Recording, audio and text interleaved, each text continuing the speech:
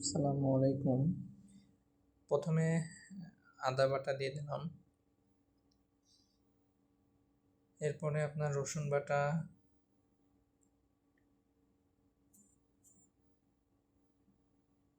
পেঁয়াজ বাটা, তারপরে কাঁচা ঝাল এবং শুকনো মরিচ একসঙ্গে বেটে দিয়েছি। আপনারা চাইলে শুধু শুকনো ঝাল দিতে পারেন। এরপরে আপনার হলুদ, ধনিয়া গুঁড়া,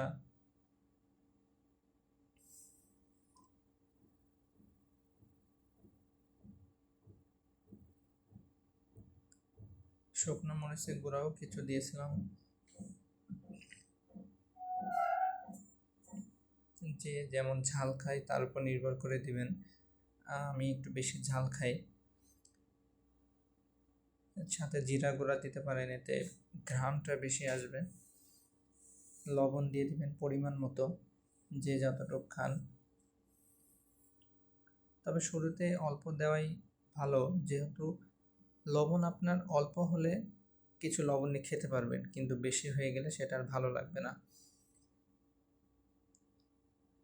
সাথে আপনি সয়াবিন তেল কিংবা সরিষার তেল দিয়ে সুন্দর করে মেখে নিতে পারেন, যে তেলটা খেয়ে থাকেন।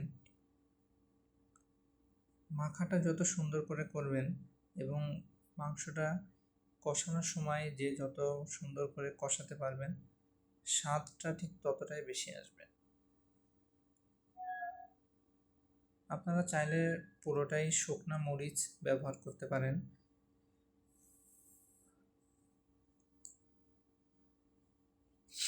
এখানে একটু তেজপাতা, ঝাল, পেঁয়াজ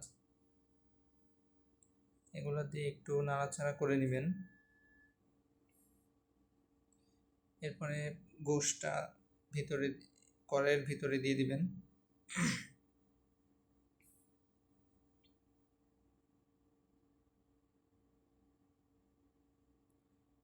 এটা হচ্ছে আমি যখন মশলা বেটেছিলাম তখন পাটাটা ধোয়ার পরে যে পানিটা ছিল, মানে পাটা ধোয়ার কিছু মশলা পানি, ওটা আবার দিয়ে দিলাম। আপনারা যারা রসুন খেতে চান এই কষানোর সময় রসুনটা দিয়ে দিতে পারেন।